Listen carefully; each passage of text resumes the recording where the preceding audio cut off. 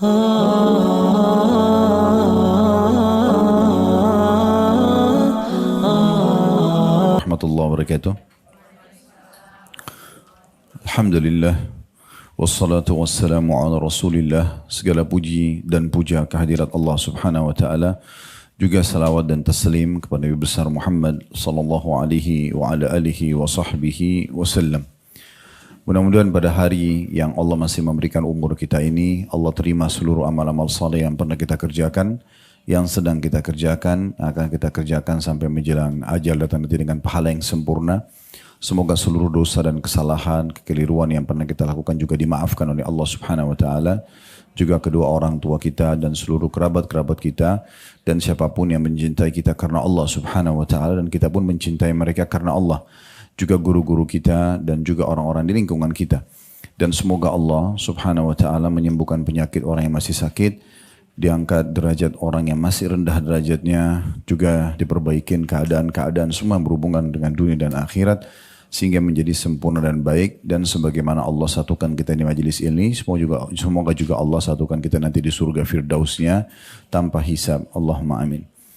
Baik, kita akan melanjutkan ibu-ibu sekalian bedah buku kita agar doa dikabulkan.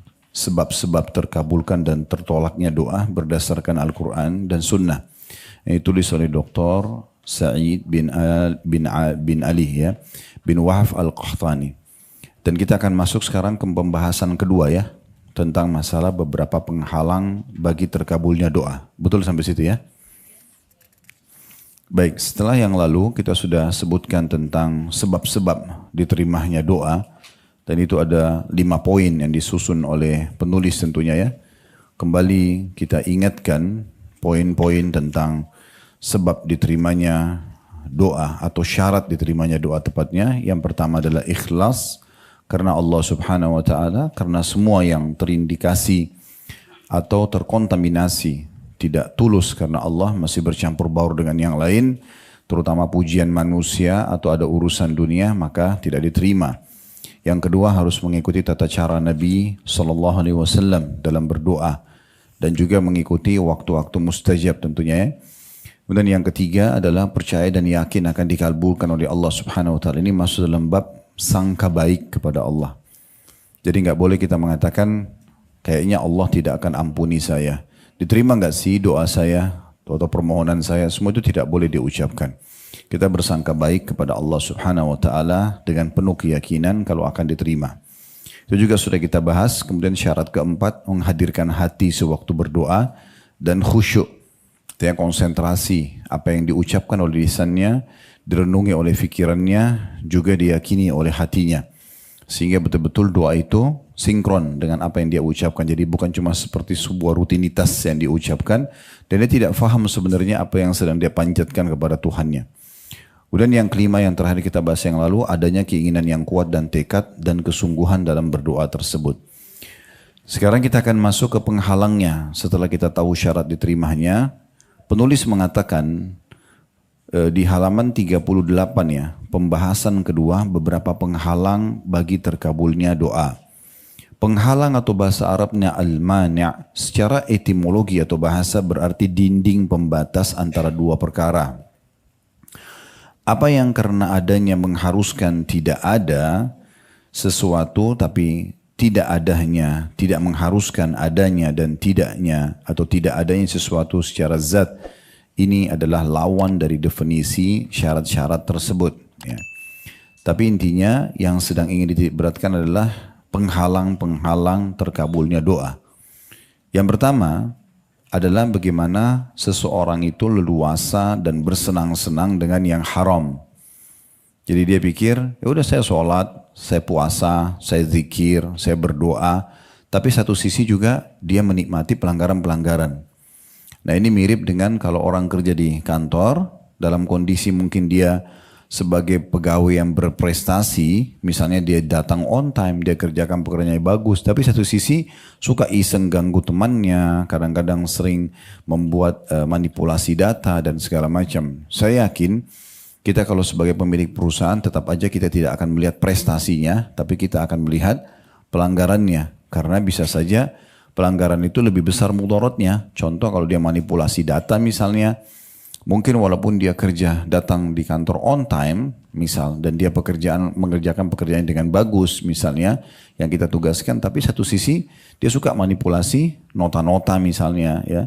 Saya yakin nanti itu akan mengganggu, dan akhirnya pemilik perusahaan akan mengambil keputusan karena terlalu banyak yang bisa dilahirkan kerugian-kerugian bagi perusahaan, maka akan diberhentikan. Karena memang susah sekali bertemu antara minyak sama air atau racun sama susu gitu ya. Pasti akan salah satunya dominan. Dan biasanya sesuatu yang buruk itu lebih dominan. Sudah pernah kita jelaskan, kalau seandainya kita punya satu gentong susu dan kita tetesi dengan satu tetes racun, bisa saya satu tetes racun itu mengalahkan sterilnya susu yang satu gentong itu. Padahal itu kebaikan, ya. Dan ini memang umumnya seperti itu. Biasanya yang buruk itu lebih besar pengaruhnya. Sekarang kita jujur 10 tahun. Tahun ke-11 kita bohong sekali. Yang mana akan jadi penilaian orang? Tentu bohongnya yang sekali. Dan akhirnya muncullah prasangka-prasangka yang mengatakan, oh mungkin dia 10 tahun yang lalu juga ada bohongnya. Padahal sebenarnya mungkin dia tidak bohong. Misal. Jadi memang sesuatu yang buruk itu efeknya besar. Maka tidak perlu masuk ke ranah itu. Tidak perlu masuk ke ranah itu. Dan Allah sudah memberikan kepada kita solusi-solusinya. Ya, sudah pernah kami jelaskan di saat misalnya tubuh kita membutuhkan protein, ibu-ibu sekalian. Dan protein itu banyak sumbernya, diantaranya daging merah misalnya ya.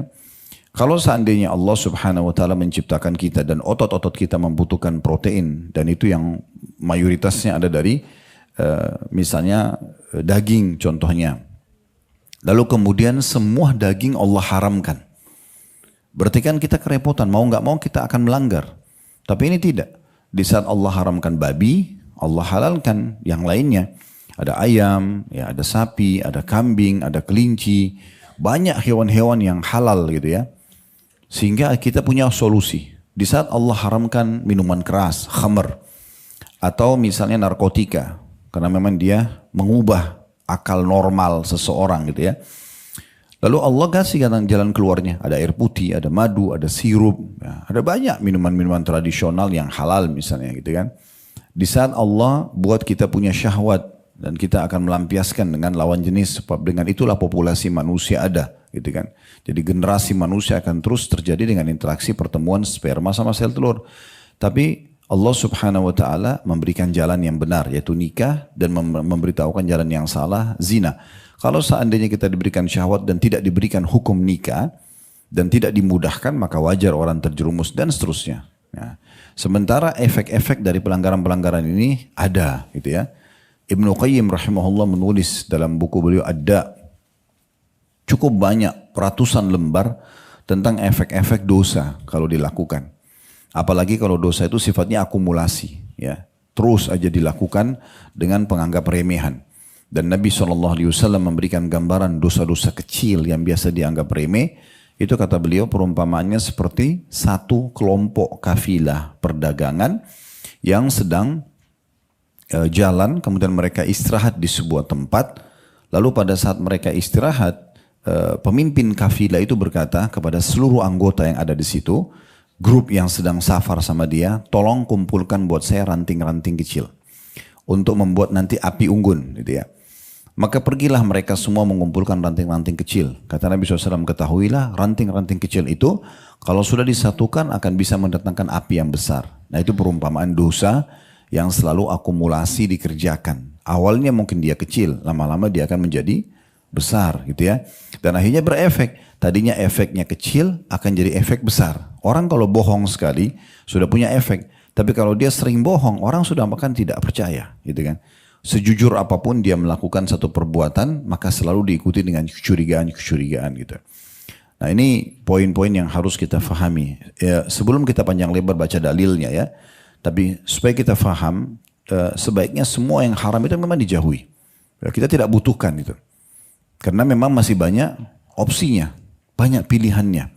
Ya. Dan saya pernah datang ke Perlis ya, waktu itu di Malaysia.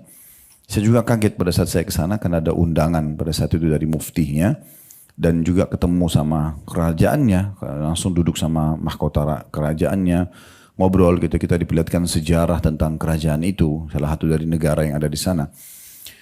Maka negeri itu agak unik gitu. tidak ada diskotik, tidak ada karaoke, tidak ada tempat maksiat, tidak ada umumnya. Terus saya coba mau dengar langsung dari pimpinan wilayah itu, kenapa? Kok bisa tidak ada? Sampai bahasa teman-teman di situ yang menjemput kami mengatakan, orang-orang kalau sudah pikirannya hidup bebas, mereka tidak akan pilih kota ini. Mereka pasti pilih kota lain di Malaysia, nggak mau kota ini. Karena memang kota ini lebih kepada Islami gitu ya. Lebih kepada syariat. Tapi hidup ekonominya, masyarakatnya juga tentram. Yang mau hidup yang enak, ya sudah. Yang mau tenang, tidak ada gangguan, tidak ada minuman keras, nggak ada perempuan nakal, nggak ada segala macam. Ya sudah di situ gitu.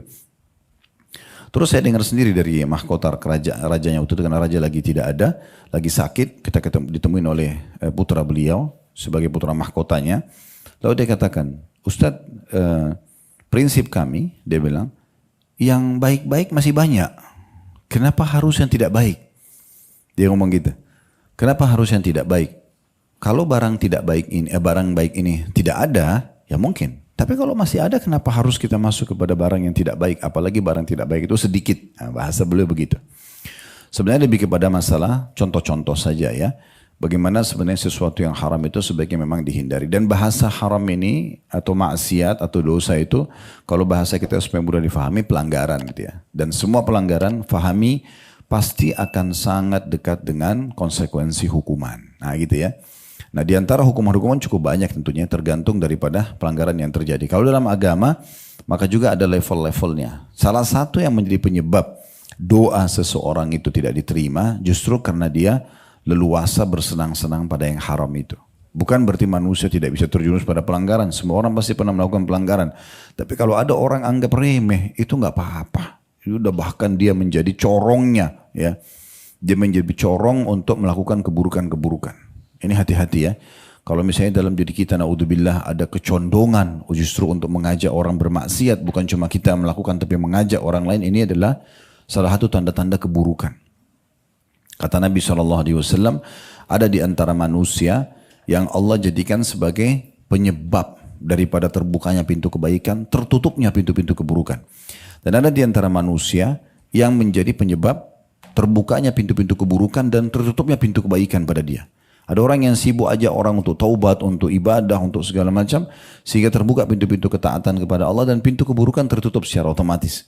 Ada juga orang tidak sebaliknya, sibuk setiap hari, ya, sebarin gosip, ngajak orang maksiat, berikan edukasi bagaimana cara berzina, bagaimana cara mencuri, bagaimana cara dan seterusnya. Maka dia tutup pintu-pintu kebaikan dengan itu. Maka kata Nabi SAW, beruntunglah dan betapa besar pahalanya.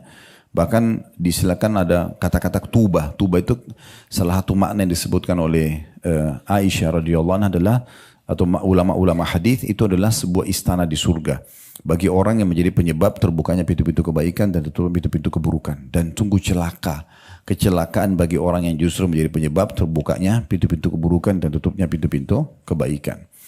Jadi kalau mau ya permintaan kita diterima, kalau di perusahaan jadilah pegawai yang berprestasi dan tidak mencoreng prestasi kita dengan ugal-ugalan dan pelanggaran-pelanggaran. Nah begitu juga dengan kalau kita berhubungan dengan Allah Subhanahu wa taala, jadilah seorang hamba Allah yang saleh dan salihah, yang tidak setengah-setengah. Saya sering bahasakan di pengajian-pengajian, Bapak Ibu kalau ingin hijrah, jangan setengah-setengah. Hijrah sekalian 100%. Jadi orang baik aja. Kenapa masih nyicil-nyicil gitu kan? Masih ada pintu-pintu dosa yang masih dibuka. Untuk apa? Sekalian aja jadi orang baik. Karena memang kalau kita cicil-cicil dan masih ada saja pintu-pintu dosa yang kita buka, berarti kita masih memberikan peluang penjahat-penjahat syaitan ini untuk merusak kita, gitu kan? Dan akhirnya salah satu efek itu kurang khusyuk dalam sholat, kadang-kadang muncul rasa malas, ya, kebablasan tidur tidak sholat malam, terlewatkan dari sholat 5 waktu, yang itu tidak bisa diperbaikin. Kayak semalam misalnya ada orang yang tidak tahajud, dosakah? Tidak, karena sunnah. Tapi beruntunglah orang yang sempat sholat. Kalau misalnya ada orang yang saat ini baru berpikir, oh iya ya ternyata sholat malam itu bagus ya, misalnya dengar ini pengajian tentang keutamaannya. Dia nggak bisa lagi minta sama Allah, ya Allah tolong kembalikan saya ke semalam dong, mundur waktunya supaya saya bisa dicatat punya sholat malam. Nggak bisa, cuma bisa perbaikin ke depan. Dan pasti akan beda derajat dia dengan orang yang sudah terlanjur melakukannya. Gitu ya. Dan juga kata kunci di sini yang perlu kita garis bawahi, ibu-ibu sekalian, kalau mau untuk kita meninggalkan yang haram, tidak butuh energi khusus. Sibukkan saja diri pada ketaatan-ketaatan. Dari ketaatan yang lain. Kan setiap kita buka satu pintu ketaatan, pintu pelanggarannya tertutup.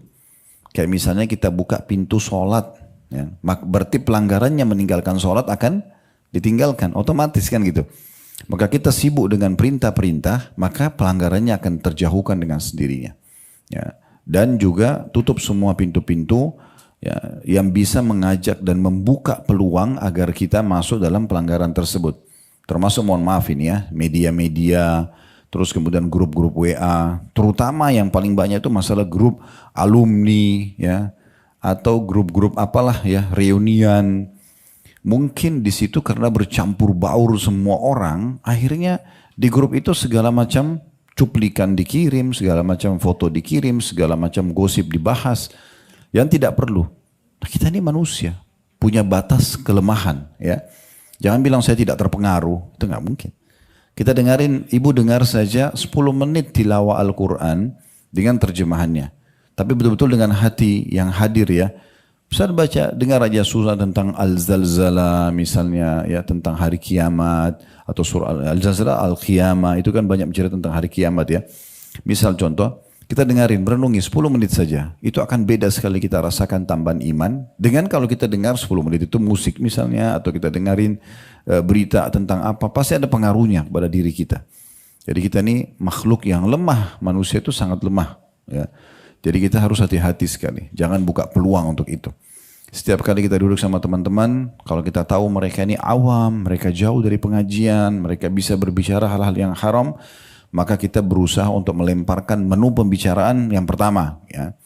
Karena kalau kita duduk sama 5-6 orang teman-teman, kan biasanya siapa yang memulai pembicaraan itu seperti mengajukan kalau di restoran buku menunya. Maka itu akan menjadi bahan pembicaraan. Jangan biarkan mereka yang leluasa menyampaikan apa yang pengalaman mereka atau apa yang mereka ceritakan. Karena akan menjadi pembicaraan di situ. Kita pun akan ikut-ikutan. Tapi bagaimana kita langsung buka, oh begitu sudah kumpul, kemarin saya ikut pengajian, ada bahasan tentang ini loh, kita lempar sebagai menu pembicaraan. Misal, maka itu akan menjadi pembicaraan nanti. Oh iya, siapa yang bahas, apa bahasannya, buku apa, nanti di kemana-mana akan jadi bahasan. Itu sangat baik. Dibandingkan kita membiarkan menjadi bola liar ya. Sama kalau kita lagi kumpul sama pasangan hidup kita, sama anak-anak, coba yang dibicarakan hal-hal yang bermanfaat. Masalah agama atau edukasi, minimal sesuatu yang bermanfaat lah.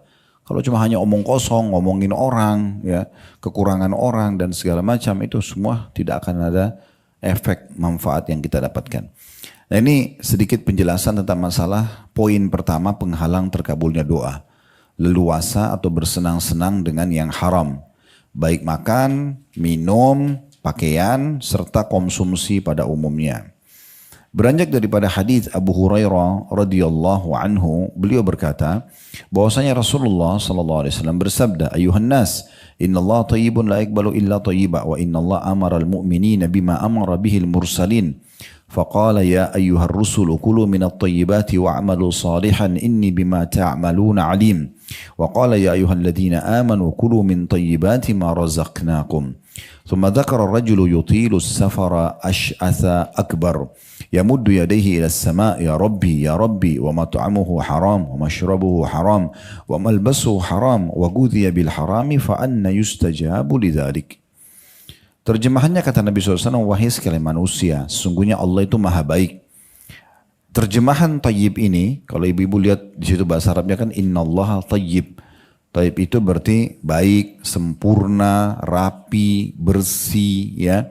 Itu masuk dalam makna semuanya tayyib. Kan kalau makanan itu halalan tayyibah.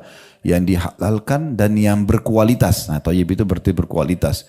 Penataannya bagus, rasanya enak, aromanya wangi. Nah itu namanya tayyib gitu ya.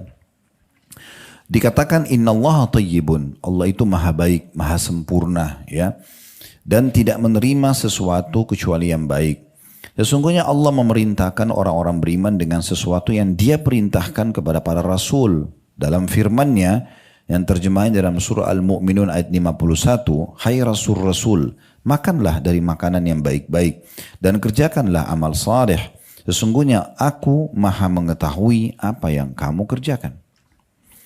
Kemudian juga dalam firman Allah yang lain, hai orang-orang beriman, makanlah dari antara rezeki yang baik-baik yang kami berikan kepadamu. Dalam surah Al-Baqarah ayat 172.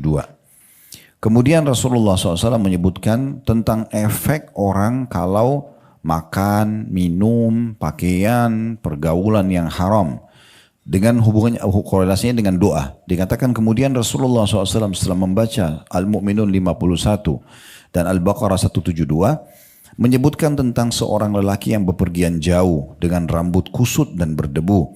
Lalu menegadahkan kedua belah tangannya ke langit sembari berdoa, wahai Tuhanku, sedangkan makanannya haram, minumannya haram, pakaiannya haram, dan diberi makan dari sesuatu yang haram, maka bagaimana mungkin dikabulkan untuknya?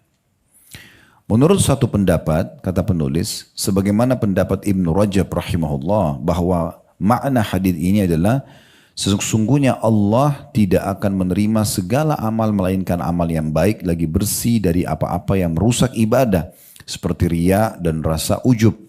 Riya berarti ingin dipuji oleh orang, ujub itu bangga dengan amal yang dikerjakan. Tidak pula dari harta kecuali yang baik, yang halal.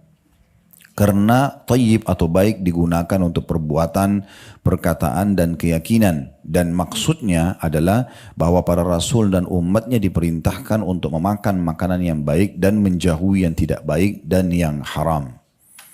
Saya baca dulu paragraf setelahnya baru kita masuk ke penjelasan. Di akhir hadis disebutkan bahwa sebab tidak terkabulkannya doa adalah karena leluasa atau bersenang-senang dalam perkara yang haram seperti makan, minum, pakaian dan mengkonsumsi barang-barang yang haram. Baik, sekarang seperti biasa coba kita kembali ke hadis tadi. Kita akan coba korek mutiara-mutiara dari hadis ini. Yang pertama, panggilan dalam hadis ini untuk semua manusia, bukan hanya orang-orang beriman. Kita memang diperintahkan sebagai manusia ya untuk ya memahami kalau Allah itu baik dan tidak menerima kecuali yang baik. Sehingga memang kita perlu juga menyampaikan ini kepada orang non-muslim. Jadi tidak pantas seseorang misalnya mendakwai seorang muslim sambil mengatakan kalau kamu masuk Islam nggak apa-apa sih sambil kamu lanjutin zina kamu misalnya, atau sambil kamu lanjutin transaksi haram kamu misalnya. Ya. Gak apa-apa, yang penting kamu syahadat dulu jadi muslim. Itu keliru. Makanya di masa Nabi SAW pernah ada satu suku mau masuk Islam, tapi mereka nego sama Nabi. Negonya begini, mereka mengatakan, kami siap masuk Islam, tapi izinkan kami transaksi riba. Kata Nabi SAW tidak bisa, itu haram. Mereka pulang diskusi lagi, lalu mereka kembali. Kalau begitu, kami siap tinggalkan riba, izinkan kami berzina. Kata Nabi SAW tidak boleh, haram. Terus saja mereka nego, sebutin apa-apa yang diharamkan dalam agama, dan terus saja Nabi SAW tolak. Yaudah kalau mau masuk Islam, masuk Islam. Jadi orang baik sekalian. Kalau mau masuk Islam tapi masih bawa barang rongsokannya, jangan. Sampai seperti itu. Ya. Jadi jangan kita malah menawarkan orang sesuatu, lalu kemudian untuk baik, tapi kita masih membolehkan dia melakukan satu kejahatan yang lain. Tidak. Ajak orang jadi baik, sekalian jadi baik. Apalagi kuasa Allah subhanahu wa ta'ala. Hati manusia itu Allah subhanahu wa ta'ala buat lunak. Mudah untuk menerima nasihat sebenarnya. Umumnya begitu. Sejahat apapun orang itu sebenarnya, kalau kita duduk dengan hati yang tulus kita menyampaikan nasihat, dia bisa menerimanya. Ya, walaupun mungkin efek persentase penerimaannya berbeda-beda.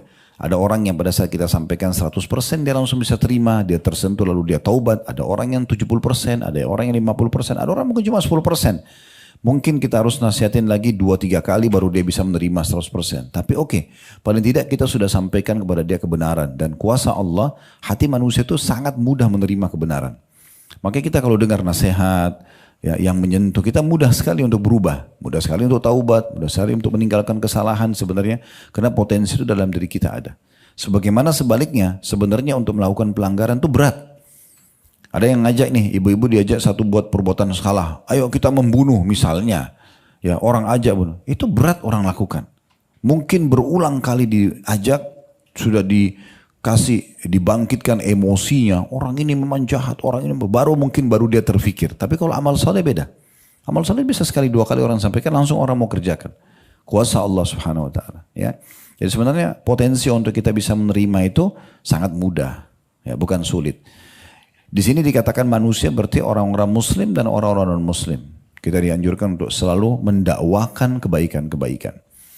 Pelajaran kedua, bahwasanya Allah itu sempurna, Allah itu rapi, Allah itu bersih, ya. Dan Allah tidak menerima kecuali yang seperti itu juga. Kita kalau sedang mendapatkan tugas di perusahaan misalnya, atau di kampus misalnya, saya yakin kita sepakat akan sangat beda seorang mahasiswa atau mahasiswi di kampus, baik itu S1, S2, S3 misalnya, atau seorang pegawai di kantor yang datang membawa tugas yang diberikan dengan sempurna. Dia datang dengan kemasan yang bagus, dengan retorika yang bagus, dengan bahan-bahan yang bagus. Itu dengan orang yang asal-asalan. Saya sangat yakin beda, gitu kan? Penilaiannya dan juga balasannya. Nah seperti itu rasionalnya lah. Allah subhanahu wa ta'ala itu memang menginginkan makin sempurna kita lakukan, maka makin besar peluang diterima, makin besar juga balasannya. Mungkin dua orang sama-sama sholat, sama-sama di saf, sama-sama di awal waktu.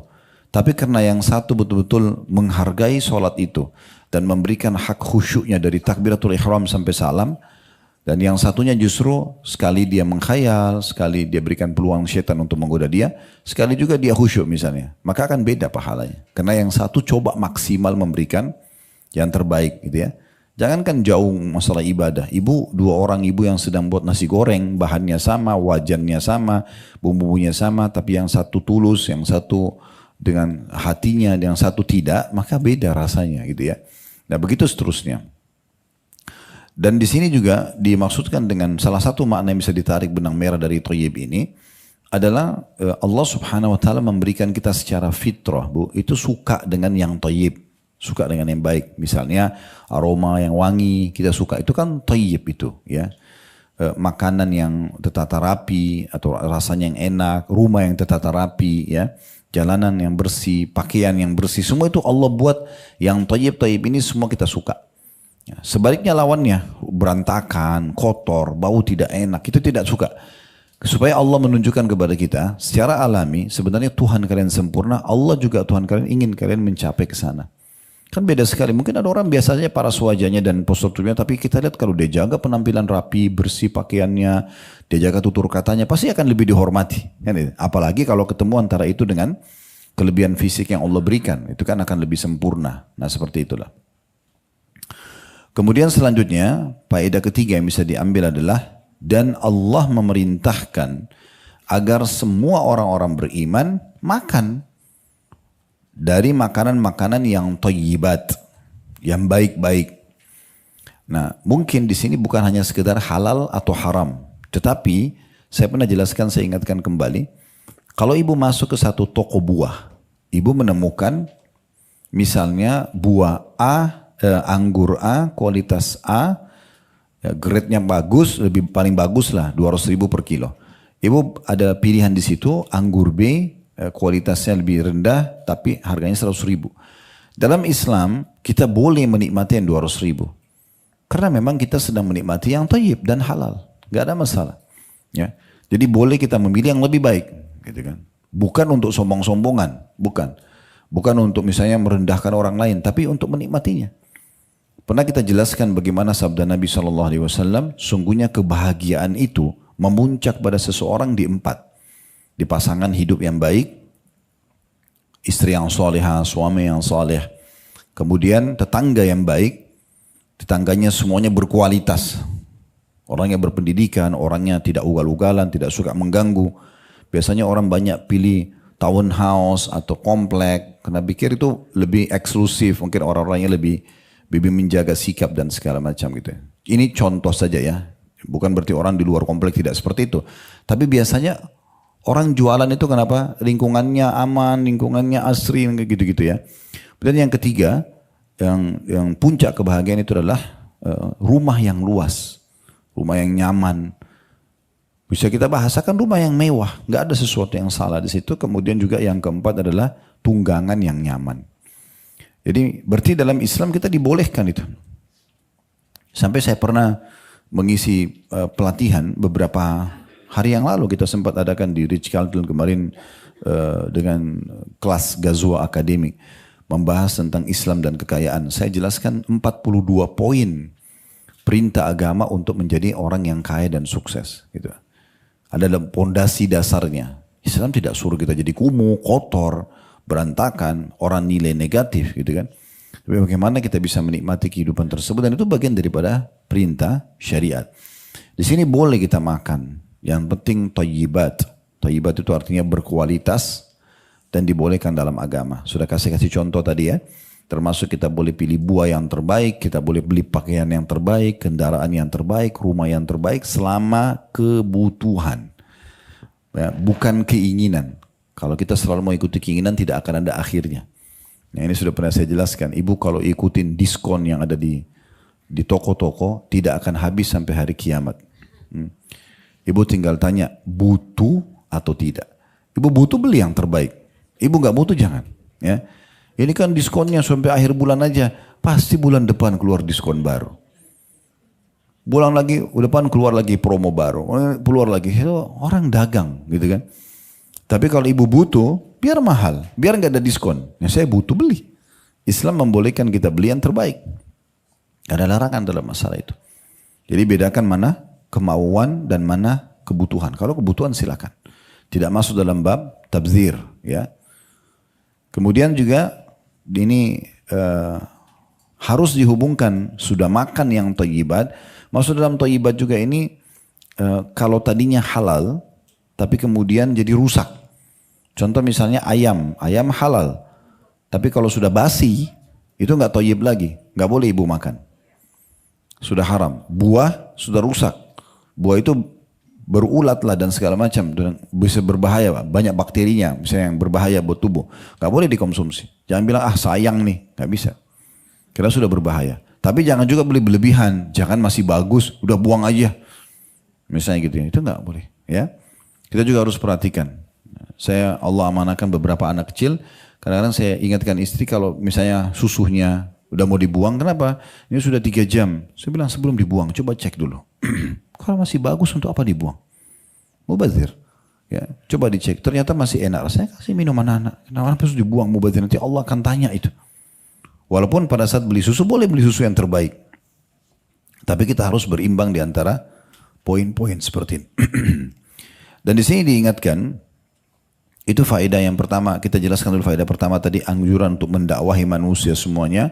Yang kedua adanya sifat Allah yang thayyib atau sempurna. Yang ketiga perintah Allah subhanahu wa ta'ala kepada orang-orang beriman dan sebagaimana diperintahkan para rasul untuk makan dari yang thayyibat. Semua yang bagus dan berkualitas ya. Kemudian yang keempat pelajarannya adalah harusnya diikuti makanan yang sudah baik itu, minuman yang sudah baik itu dengan amal saleh.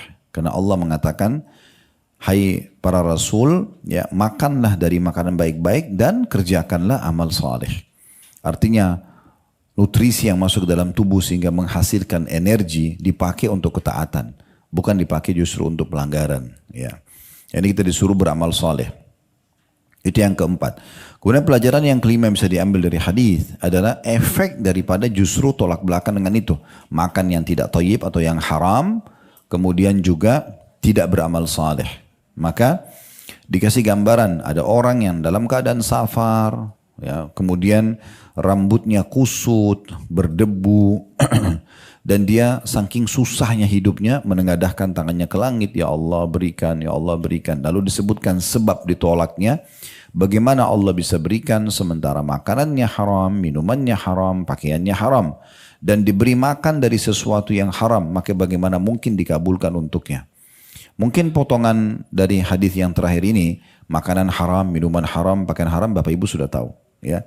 Tapi yang kita garis bawahi coba dilihat di situ, dan diberi makan dari sesuatu yang haram.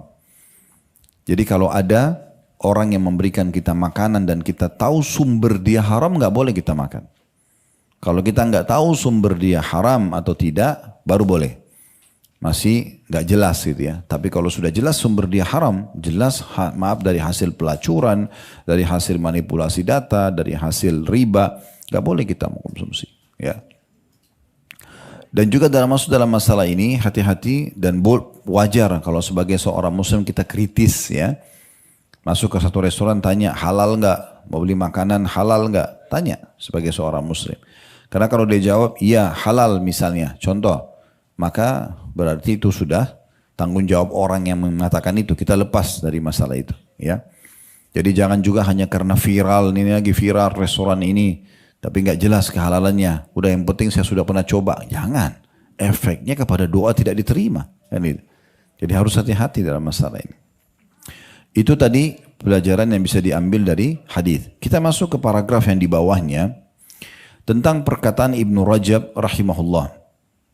Dikatakan, saya ulangi lagi, Ibnu Rajab berkata dalam makna hadis, sungguhnya Allah tidak akan menerima segala amal melainkan amal yang baik lagi bersih dari apa-apa yang merusak ibadah seperti riya dan ujub. Jadi maksudnya juga makna daripada tayyib, Allah itu sempurna, baik ya. Dia artinya tidak akan menerima kecuali juga yang sempurna. Dicontohkan amal-amal dari riya dan ujub. Jadi ibu kalau ibadah jangan pernah mengejar pujian orang. Pujian orang sudah sering kami ucapkan hanya sepanjang lidahnya, gak ada manfaatnya. Kamu hebat ya, kamu soleh ya, oh kamu berapa kali pergi haji dan umroh ya, oh kamu sudah bantu masjid sana ya, apa manfaatnya gitu? Gak ada manfaatnya. Ada orang suka dengan pujian manusia. Orang yang ikhlas kepada Allah Subhanahu wa Ta'ala tidak akan butuh semua pujian ini. Dia memberi, udah selesai antara dia sama Allah Subhanahu wa Ta'ala. Kadang-kadang ciri orang yang riya dan ujub ini, kalau dia kasih misalnya orang miskin uang, anggaplah bagi dia itu sesuatu yang besar. Contoh, bagi dia 100.000 sudah sangat besar. Dia berikan seorang pengemis di jalan, di lampu merah atau di mana gitu, dia memberikan. Lalu orang itu begitu terima, langsung main pergi, nggak terima kasih. Kalau dia karena Allah SWT, bagi dia nggak penting. Orang itu terima kasih, nggak masalah. Tapi kalau dia butuh pujian orang, pasti dia akan mengatakan orang ini nggak tahu terima kasih. Masa dikasih 100.000 nggak terima kasih? Mau dikasih berapa? Ini berarti orang tujuannya hanya dipuji. Untuk apa gitu? Kalau orang kita berikan sesuatu, lalu kemudian itu karena Allah dan dia tidak berterima kasih, nggak penting bagi kita. Nah itu salah satu ciri yang bisa kita tahu dari masalah riya dan ujub. Kemudian beliau mengatakan juga yang dimaksud dengan makna thayyib juga di sini tidak pula dari harta kecuali yang baik dan halal. Jadi sholat sudah dipenuhi semua syarat-syaratnya, ya masuk waktu, tutup aurat, menghadap kiblat, semua gerakan bacaan sudah benar. Tapi pada saat sholat mukenahnya dari uang haram. Ya, sedanyanya dari uang haram. AC yang dihirup udaranya dari uang haram. Misal, ya karpetnya, bangunannya. Ini gimana caranya nih? Ya, bentrok sekali dengan apa yang dia harapkan diterima oleh Allah Subhanahu wa Ta'ala. Jadi betul-betul kita harus ya kritis dalam masalah ini. Betul-betul tidak boleh sembarangan kita memboleh-bolehkan, menggampang-gampangkan semua itu ya. Kemudian dikatakan juga dari pendapatan ini penting untuk dijaga, tidak pula dari harta kecuali yang baik dan halal. Karena thayyib atau baik digunakan untuk perbuatan, perkataan dan keyakinan. Karena istilah thayyib dalam hadis tadi, baik dan sempurna itu digunakan masuk dalam semua lini, apakah itu perbuatan, perkataan dan juga keyakinan. Dan juga maksud adalah bahwa para rasul dan umat diperintahkan untuk makan makanan yang baik dan menjauhi yang tidak baik dan yang haram. Berarti kita boleh makan, boleh. Boleh minum, boleh. Tidak ada masalah. Dan sesuai dengan kebutuhan. Masih lapar, tambah. Tidak ada masalah. Ya. Tapi kalau hanya kemauan itu nggak bisa selesai. Akhirnya tidak ada ujung-ujungnya, tidak ada kenyangnya. Gitu kan? Karena dia cuma mengikuti kemauan saja. Kemudian selanjutnya ya, paragraf yang kita pindah di bawahnya. Oleh karena itu, ya, para sahabat Rasul dan orang-orang soleh sangat berusaha keras untuk mendapatkan makanan yang halal dan menjauhi yang haram. Dinukil kisah Aisyah radhiyallahu anha berkata, Abu Bakar Siddiq radhiyallahu anhu pernah mempunyai sahaya mencari nafkah untuk dirinya dan beliau Abu Bakar pun memakan makanan dari hasil kerja budak mudah tersebut. Pada suatu hari sahaya tersebut datang membawa makanan, maka Abu Bakar pun memakannya. Lantas sahaya tersebut berkata, tahukah anda apa yang anda makan ini? Abu Bakar berkata, apa itu? Dia menjawab, dulu saya pernah menjadi tukang tenun untuk seseorang di zaman jahiliyah. Dan saya bukanlah penenun yang baik, kecuali hanya tipu belaka. Kemudian ia memberi saya upah dan itulah sebagian dari yang anda makan tadi. Maka Abu Bakar memasukkan jarinya ke tenggorokan dan ia memuntahkan segala yang ada dalam perutnya. Dalam satu riwayat dari Abu Nuaim dalam kitab Al-Hilya, Imam Ahmad menukil dalam kitab Az-Zuhud juga terdapat tambahan. Dikatakan kepada Abu Bakar, semoga Allah merahmatimu.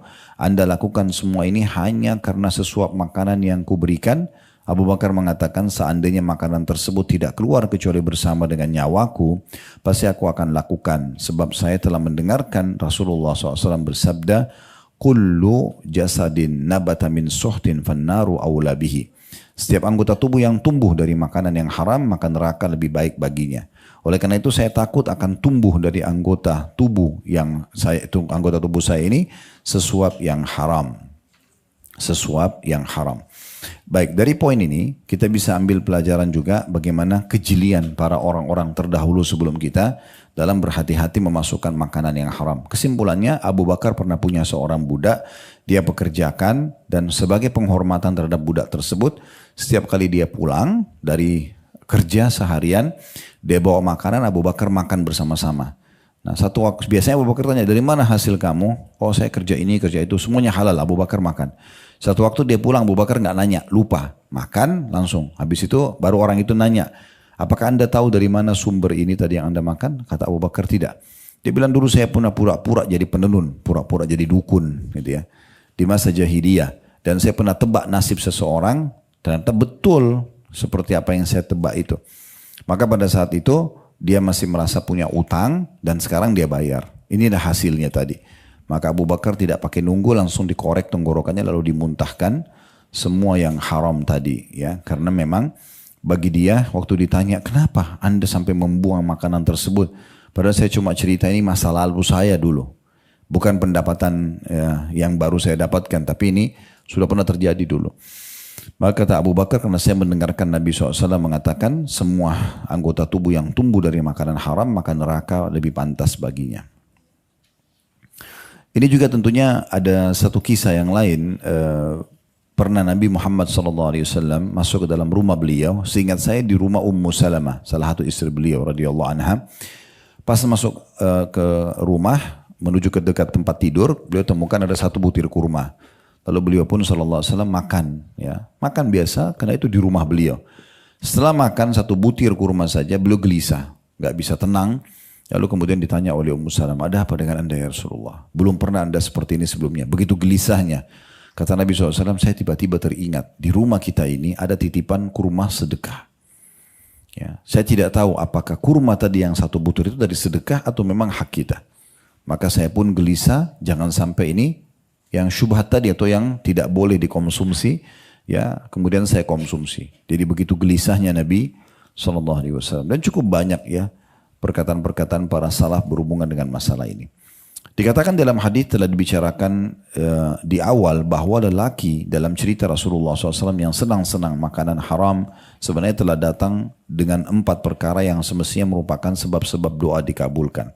Yang pertama safar, yang kedua pakaian dan keadaan yang mencerminkan kesederhanaan, dan Rasulullah SAW mengatakan rubba ash'athu madfu'in bil abwabi law aqsama 'alallahi la abarra.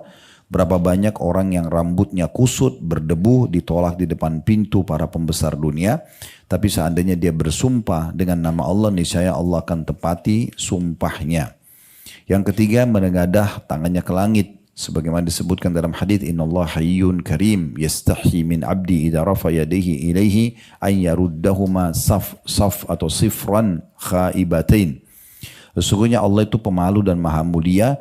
Dia amat malu terhadap hambanya apabila hambanya mengangkat kedua tangannya kepadanya, kepada Allah, lantas dia Allah tolak dengan tangan kosong dan kecewa. Yang keempat, memelas, mengulang-ulangi permintaan dengan mengulang nama Allah, wahai Robku, dan ini yang merupakan bagian yang terpenting bagi terkabulnya doa. Namun bersama semua itu Rasulullah SAW mengatakan bagaimana mungkin doanya dikabulkan. Ini berbentuk pertanyaan yang tujuannya menggambarkan perasaan heran dan jauh dari kemungkinan dikabulkan. Maka hendaknya seorang hamba yang muslim bertaubat kepada Allah SWT dari segala maksiat dan dosa, mengembalikan apa-apa yang diambilnya secara zalim kepada yang berhak, sehingga bisa bebas dari penghalang yang amat besar ini yang dapat terhalangi atau menghalangi terkabulnya doa. Jadi ini poin yang kita bisa garis bawahi, bahwasanya orang yang di dalam hadis ini disebutkan sebenarnya orang yang sudah terpenuhi kriteria-kriteria diijabahnya doa. Ya, kriteria diijabahnya doa, tapi semua ditolak doanya karena makanan dan minuman yang haram tadi. Kemudian yang kedua penghalangnya adalah tergesa-gesa dan meninggalkan doa. Ini juga pernah kita singgung ya. Ya, sudah pernah kita singgung tapi diingatkan kembali tentang masalah poin ini gitu ya. Ini sudah pernah dibahas yang lalu ya? Oh. Ya tadi saya tanya, nggak ada yang jawab. Saya bilang ini kita sedianya bahasannya. Oke. Baik, kita berarti sekarang di halaman 49.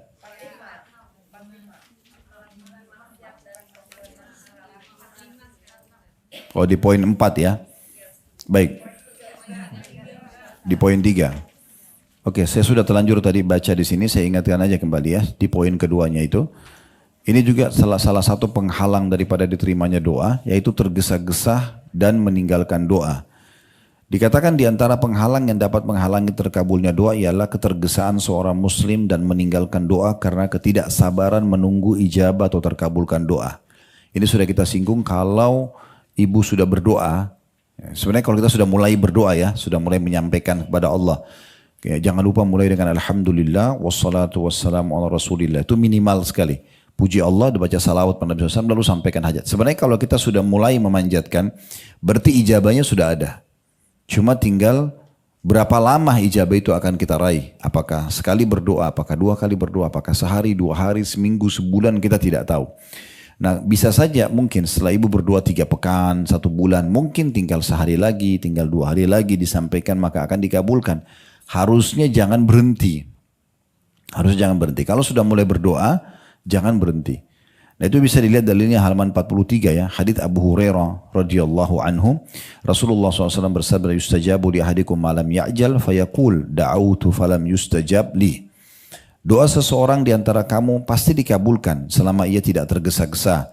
Seraya dia mengatakan, contoh tergesa-gesa, saya telah berdoa tapi tidak dikabulkan. Saya berdoa tapi tidak dikabulkan. Sebelum saya lanjutkan hadits ini, tadi saya sudah minta Fahmi untuk kirimkan sebuah cuplikan. Ada satu dokter di Saudi. Alhamdulillah sudah saya ada teks Indonesianya itu ya, cuplikannya. Saya mau cerita tentang itu dulu, gambar. Jadi salah satu juga poin yang ibu harus perhatikan baik-baik. Dalam poin tergesa-gesa ini ya. Kalau ibu sudah berdoa, ibu belum lihat hasilnya, jangan putus asa. Dan jangan pernah kasih Allah syarat. Kayak misalnya cerita dalam yang saya kirim cuplikan, saya minta tadi supaya di-share ke semua jemaah ya. Itu ada satu dokter mata cerita, ada satu ibu datang ke praktek beliau, antara umur 50 atau 60 tahun ibu itu, dengan seorang anak laki-laki bujangnya umur 20 tahun. Kata dokter matanya, saya waktu cek mata ibu ini karena dia mau cek mata, saya temukan salah satu matanya buta. Yang satu normal, yang satu buta. Ya. Tapi dia bilang, saya tidak mau langsung menyinggung. Takutnya ibu ini nggak tahu, saya pengen coba poin yang tepat bicarakan masalah ini. Lalu kemudian setelah saya cek, ibu itu tiba-tiba nyeletuk sendiri sambil mengatakan, sebenarnya mata saya satu ini tidak jelas atau sudah buta, nggak bisa lihat. Kata dokternya, alhamdulillah kalau memang dia sudah tahu gitu ya. Maka kata dokter, saya sekarang lebih lega untuk bicara sama ibu ini. Lalu dia bilang, kata dokter itu, saya tipologi orang yang, nanti ibu bisa lihat cuplikannya setelah selesai pengajian ya. Tapi ini kurang lebih gambaran ceritanya. Dia bilang, saya pun, kata dokter ini, salah satu tipe dokter yang suka dengar keluhan pasien, cerita penyakitnya, walaupun bukan spesialis saya. Mungkin saya bisa bantu, kasih ide, arahkan ke dokter mana, atau saya bisa jadikan pelajaran yang saya sampaikan kepada orang lain gitu ya. Terus saya bilangnya, lalu apa nih sebabnya, kenapa kok bisa buta? Dia bilang ceritanya panjang, tapi agak unik gitu ya. Lalu kata dokternya, saya siap dengar, mungkin ada yang bisa disampaikan. Karena ini kebetulan matanya buta, dan kok bisa tiba-tiba buta? Ya, kemudian karena secara medis itu kalau orang lahir dalam kondisi buta itu berarti cacat dari lahir itu sangat persentasenya kecil sekali. Orang juga buta pada saat dia sudah lahir kemudian tiba-tiba buta ini juga persentasenya sangat kecil. Umumnya manusia itu normal. Umumnya yang ada ini biasa ujian saja. Lalu ibu tuh cerita, dia bilang, saya ini sebenarnya salah satu ibu yang sudah diberikan oleh Allah anak perempuan banyak. Anak perempuan saya banyak. Satu waktu saya ingin sekali punya anak laki-laki. Dan saya mohon terus sama Allah agar dikasih anak laki-laki. mohon-mohon sama Allah. Semua langkah sudah saya tempuh. Saya udah ke dokter, minum obat, berdoa, segala sesuatu sudah saya lakukan. Tapi belum Allah kasih. Satu waktu dia bilang, di waktu mustajab, di sore hari selepas asar hari Jumat. Itu kan waktu mustajab. Ya. Dia bilang, saya ngucapin kata-kata yang saya sesali seumur hidup saya. Dia bilang, saya berdoa, ya Allah, berikanlah saya anak laki-laki walaupun harus diganti dengan satu mata saya. Ini dalam doa dia bilang. Jadi dia kasih syarat Allah. Maksudnya, yaudah kasih saya anak laki-laki, ambil mata saya satu. Gitu ya. Dan kata dia ke dokter itu, inilah anak laki-laki yang lahir itu. Terus kata dokternya, gimana ceritanya? Apakah memang begitu dia lahir mata anda buta? Dia bilang tidak. Allah kasih sebab. Allah kasih sebab. Waktu anak ini sudah lahir, rupanya satu waktu saya lupa potong kuku dia. Ya. Kemudian pada saat saya mau gendong, salah satu jarinya itu menyentuh bola mata saya, kena kuku itu. Butahlah saya. Gitu. Karena itu. Maka dia membahasakan ibu itu. Oleh karena itu, harusnya seseorang itu jangan sampai memberikan syarat kepada Allah. Jangan tergesa-gesa. Kalau mohon itu yang sabar. Gitu ya. Nikmati aja prosesnya. Dengan penuh keyakinan. Ingat kita sampaikan tadi, kita ulangi juga syarat diterimanya doa apa? Ya, kita harus yakin Allah terima, bersangka baik dengan Allah, gitu kan? Dan ada juga pernah hadis saya sampaikan ibu-ibu kalau masih ingat, tapi memang tidak ada dalam buku kita ini. Kalau Allah, kata Nabi SAW, kalau Allah mendengar doa yang indah dari seorang hamba, Allah terlambatkan jawabannya. Allah memang tidak langsung kasih, diterlambatkan jawabannya. Agar hamba tersebut tetap dalam doanya. Misal kalau kita sakit, ya Allah sembuhin saya. Tiba-tiba sembuh, kita sudah nggak berdoa lagi kan. Tapi kalau Allah tunda 3 hari, 1 minggu, 1 bulan, kita terus berdoa. Dan orang ini kalau lihat nanti hasil doanya di hari kiamat, maka dia berharap sepanjang hidupnya dia berdoa. Karena besarnya pahala yang dia bisa dapatkan. Oleh karena itu nikmati prosesnya. Toh kata Nabi SAW di sini pasti akan diterima doa seseorang di antara kalian selama dia tidak tergesa-gesa. Di dalam hadis yang lain disebutkan di bawahnya, kata Nabi SAW, la yazalu yustajabu lil abdi malam yad'u bi ithim aw qati'ati rahim ma lam yasta'jil. Qila ya Rasulullah mal isti'jal? Qala yaqulu qad da'autu wa qad da'autu falam ara yastajibu li fayastahsiru 'inda dhalika wa yad'u du'a. Senantiasa akan dikabulkan doa seorang hamba selama tidak berdoa untuk suatu dosa atau memutuskan hubungan silaturahim dan juga tidak tergesa-gesa. Kata Rasulullah atau Rasulullah SAW ditanya, ya Rasulullah, apa yang anda maksudkan dengan tergesa-gesa? Rupanya sahabat yang bertanya sudah faham. Kalau minta haram pasti tidak dijabah sama Allah. Putus silaturahim juga bisa menjadi penyebab penghalang diterimanya doa. Tapi tergesa-gesa ini bagaimana ya Rasulullah cirinya? Apa yang dimaksud dengan tergesa-gesa? Kata Nabi SAW, yaitu dia berkata, si pendoa ini, sungguh aku telah berdoa, tapi ia tidak melihat akan terkabul. Lalu ia pun merasa rugi atau gagal dalam doa, lalu meninggalkan doa tersebut. Nah ini salah satu ya sebab daripada tertolaknya doa itu. Baik, sisanya kita tidak baca lagi karena sudah dibahas ya. Sekarang kita pindah ke poin kita, poin nomor 3, yaitu melakukan maksiat dan perbuatan haram. Nah kalau ini lebih sederhana dari poin yang pertama. Kalau poin yang pertama kan dia menikmati itu, dia menganggap tidak masalah. Kalau perlu dia halalkan apa yang haram itu ya. Kalau di sini tidak, ini lebih sederhana, dia terjerumus dalam perbuatan yang diharamkan.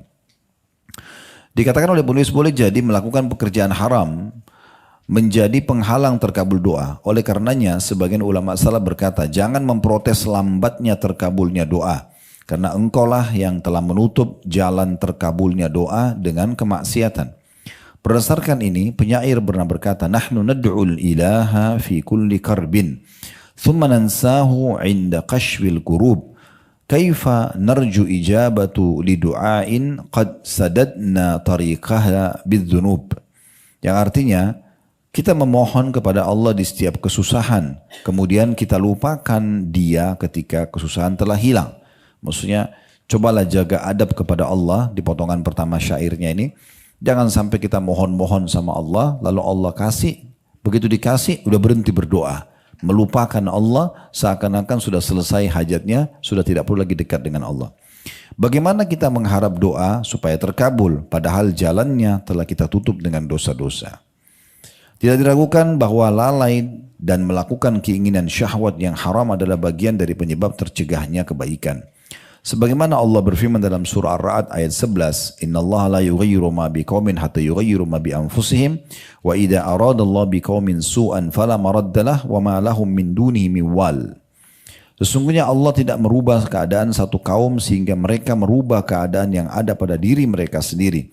Dan apabila Allah menghendaki keburukan terhadap satu kaum, maka tidak ada yang dapat menolaknya dan sekali-kali tidak ada pelindung bagi mereka selain Dia. D-nya besar kata ganti Allah. Berarti di poin ini kita bisa lihat bagaimana Allah Subhanahu wa taala tidak akan mengubah keadaan satu kaum dari terpuruk, dari sakit, dari terlilit utang sampai mereka mengubah diri mereka sendiri. Maksudnya mengubah keadaan pelanggaran-pelanggaran ditinggalkan. Jadi kalau mau lebih gampang diterima doa, ibu lebih tahu pelanggaran apa yang masih kita biasa lakukan dalam keseharian, maka ditutup pintu itu, ditutup kerannya, maka dengan izin Allah Subhanahu wa taala akan menjadi penyebab dikabulkannya doa. Yang keempat, penghalang dari doa meninggalkan kewajiban yang diwajibkan oleh Allah Subhanahu wa taala seperti sholat 5 waktu, puasa Ramadan, ya. Nah, kemudian dia berharap doanya diterima. Bagaimana bisa dia meninggalkan hal yang diwajibkan lalu berharap doa diterima? Ya, ada orang mungkin antara azan dan iqamah waktu mustajab, sibuk berdoa, tapi dia tidak sholat. Ya.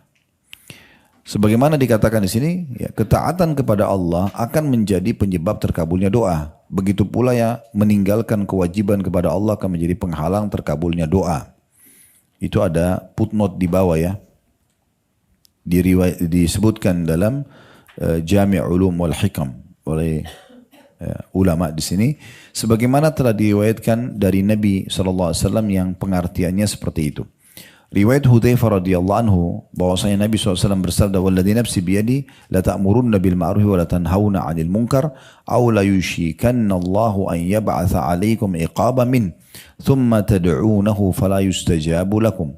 Demi zat yang jiwaku berada di tangannya, maksudnya demi Allah hendaklah kamu benar-benar beramar ma'ruf dan nahi mungkar, atau kalau tidak Allah akan menimpakan azab karenanya, kemudian kamu berdoa kepadanya lalu Allah tidak mengabulkan bagi kalian. Dalil ini menjelaskan kepada kita, ibu-ibu sekalian, ada amar ma'ruf nahi mungkar. Ya, kalau ada orang meninggalkan satu perbuatan yang wajib, ma'ruf ya, itu semua diperintahkan dalam agama.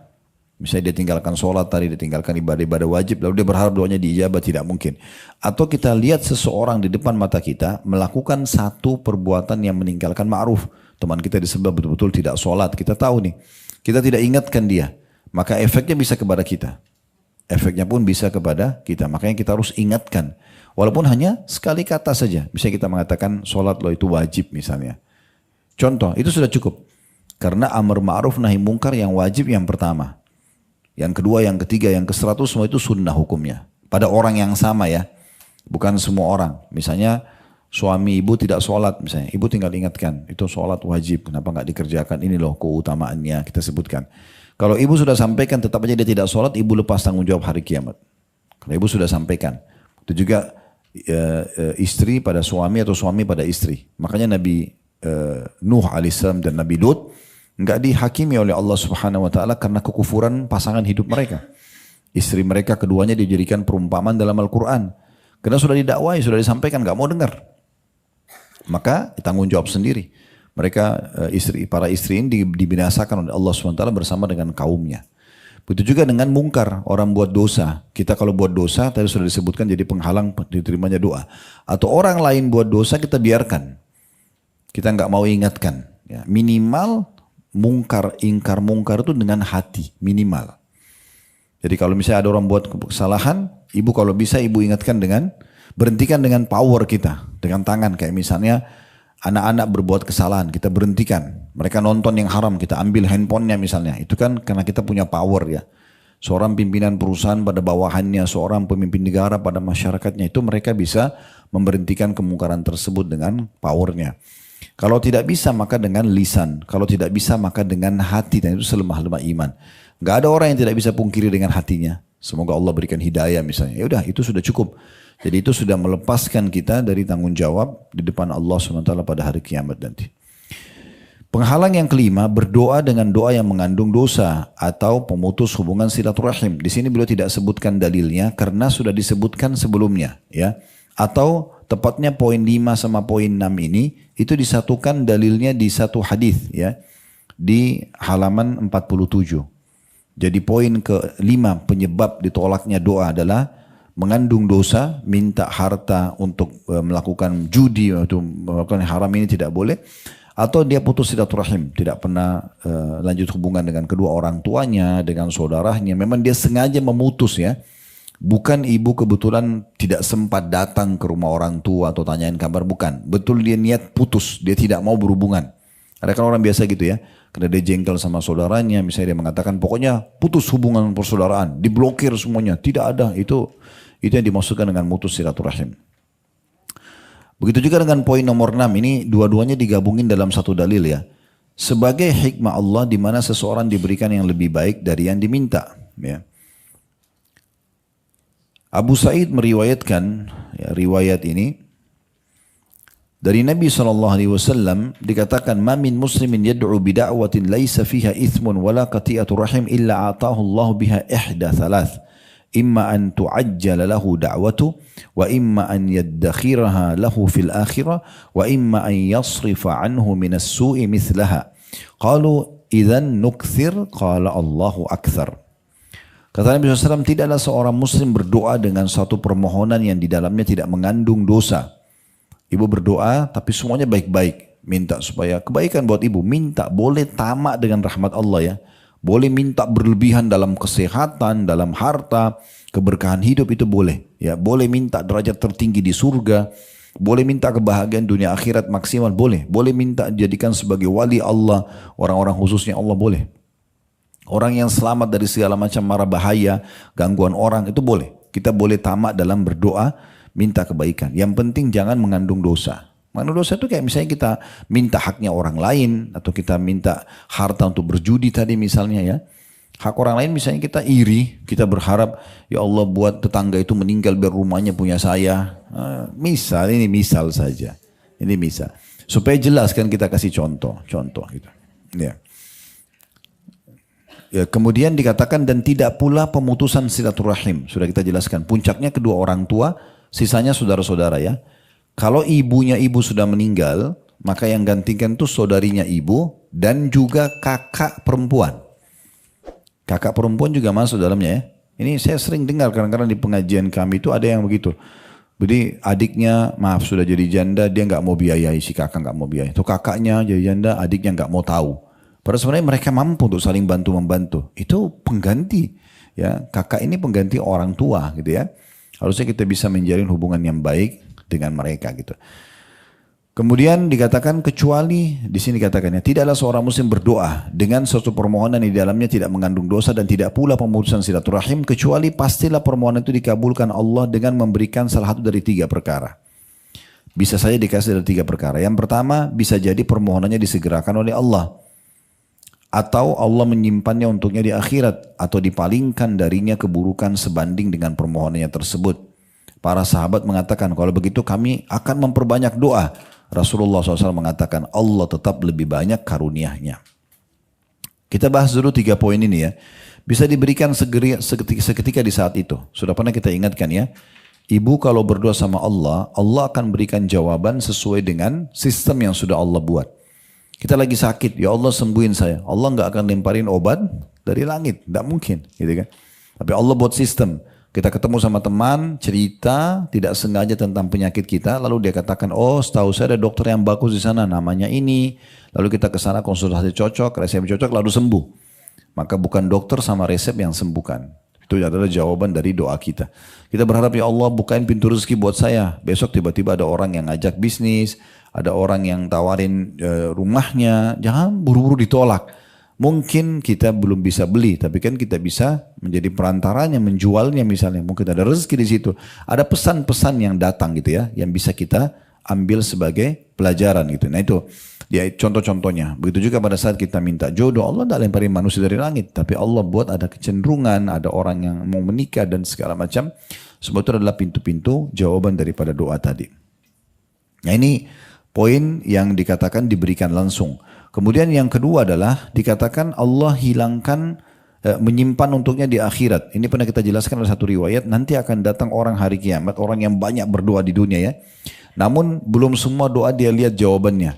Dia akan datang hari kiamat diberikan pahala bergunung-gunung, kemudian dia bertanya, dari mana pahala ini? Maka para malaikat mengatakan ini dari doa-doa kalian yang belum kalian lihat hasilnya di dunia. Kemudian atau dia akan dihilangkan keburukan yang sebanding dengan permohonannya. Maknanya misal ibu berdoa nih, sudah seminggu ibu berdoa terus, Rabbana atina fid dunya hasanah. Bobot berdoa seminggu itu, ya, ada bobotnya. Allah lebih tahu bagaimana bobotnya. Misal ada satu ujian yang harusnya datang kepada kita. Bobotnya itu memang setara dengan baca Rabbana atina fid dunya hasanah seminggu. Sehingga teralihkan atau tidak jadi kena kita. Misalnya sakit flu seminggu, demam misalnya. Atau ada orang yang menipu. Jadi sebanding. Makanya makin banyak ibu berdoa, berarti makin besar musibah yang datang bisa terhalangi. Karena kadar besarnya musibah akan tertolak dengan kadar besarnya doa itu. Nah kan ini bersaing gitu ya. Karena nggak mungkin ibu baca Rabbana atina fid dunya hasanah sekali, kemudian ibu misalnya hilang dari satu musibah gempa bumi yang datang misalnya. Yang akan menimpa banyak korban sekian banyak. Tapi kalau ibu sudah setahun, 2 tahun baca itu terus setiap ada kesempatan, berarti ibu bisa saja mungkin pada saat terjadi gempa bumi, Allah SWT buat ibu punya hajat di satu kota lain, ibu pergi, ibu selamat. Kan begitu, bisa saja semua itu bisa terjadi. Nah itu contoh-contohnya. Sebagai penutup kata penulis, terkadang manusia menyangka bahwa doanya tidak dikabulkan. Padahal telah dikabulkan lebih banyak dari yang diminta atau dipalingkan darinya musibah, bencana, penyakit yang lebih baik, dari yang diminta atau ditangguhkan untuknya nanti pada hari kiamat. Sampai Ibnu Qayyim rahimahullah pernah mengatakan dalam satu poin penting ya. Dia mengatakan kalau seandainya ada seorang hamba yang berdoa sama Allah, misal anaknya sakit. Dia berdoa selama 10 tahun. Tapi anaknya masih dalam kondisi yang sama. Jangan pernah dia katakan, oh doa saya belum diterima. Padahal sudah 10 tahun berdoa. Anak-anaknya belum sembuh-sembuh. Karena bisa saja kalau dia tidak berdoa, anaknya lebih parah daripada itu. Justru tanda-tanda penerimaan doa tersebut Allah tetapkan dalam kondisinya. Berarti yang perlu ditingkatkan adalah volume doanya. Kehusyuannya, lebih panjang doanya, lebih banyak pujiannya kepada Allah. Dia hubungkan antara doa yang dia panjatkan dengan tawasul, dengan amal saleh, dengan sedekah, misalnya dengan minta bantuan doa dari orang tuanya ya, untuk anak dia misalnya. Nah semua itu penting ya untuk kita jadikan sebagai bahan introspeksi kita. Baik, ini kedepannya insya Allah kita akan pindah di pasal keempat ya, adab-adab berdoa dan tempat-tempat dan